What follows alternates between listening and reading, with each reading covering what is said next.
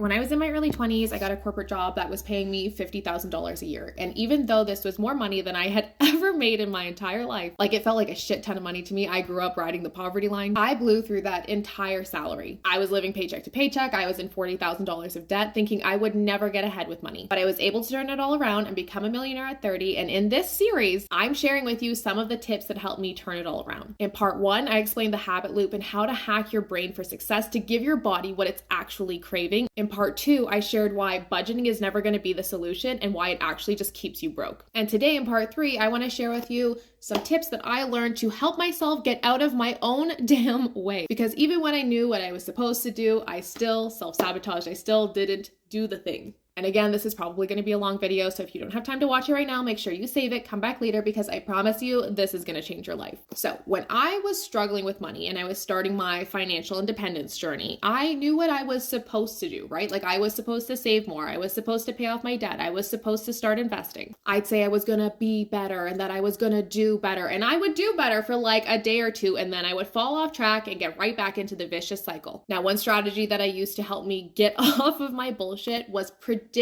when and where I would screw up, and then avoiding that situation while I worked on rewriting the internal rules that I had for myself that led me to that situation to begin with. So if I was going home from work, and I would always take this route where I would go past my favorite store and I would see all the cute stuff they had in the window, and it would prompt me to stop and go inside and spend money that I didn't want to spend. I recognized the pattern and I interrupted the pattern loop, and I started taking a different route home. I stopped putting temptation right in front of my face. Another example of this would be like if every time you went to your friend Sally's house, she wanted to go out for dinner, and then you ended up overspending because you guys went to the bar or something afterwards. You could either maybe eat before you go to the restaurant, so you end up spending less, you get a smaller meal, or you can invite her over to your place for wine and do like a potluck or something. If every time you open your phone, you have an email from a company asking you to buy something using the scarcity effect, being like, if you don't buy now, the sale is gone forever, then throw your phone away.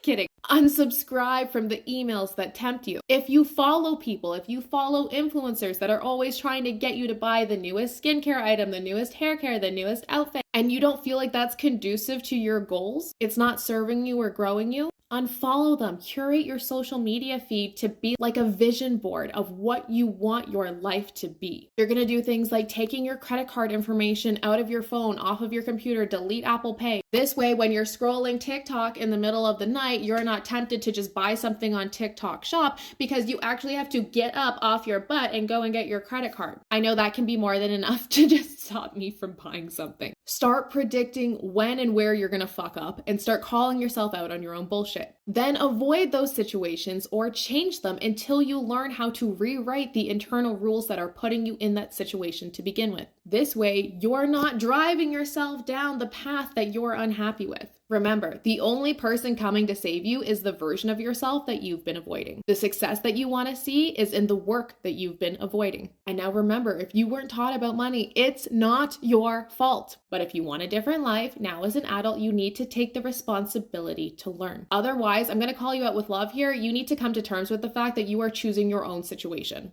And look, I get it. I used to be so angry at the government and my parents and the schools. But guess what? Stewing in your anger and succumbing to your circumstances is quite literally drinking poison and expecting the other person to die. Being angry and sitting on your hands does nothing to help you. The only person you're hurting doing that is you. Turn that anger into the discipline and drive that you need to build the life that you always wanted. And look, it might not always feel easy, but I can guarantee you, if you're only ever doing the easy thing right now, you're going to be securing yourself a lifetime of hard. Keep learning the tips, tools, and strategies I used to go from $40,000 in debt to millionaire at 30 on our website.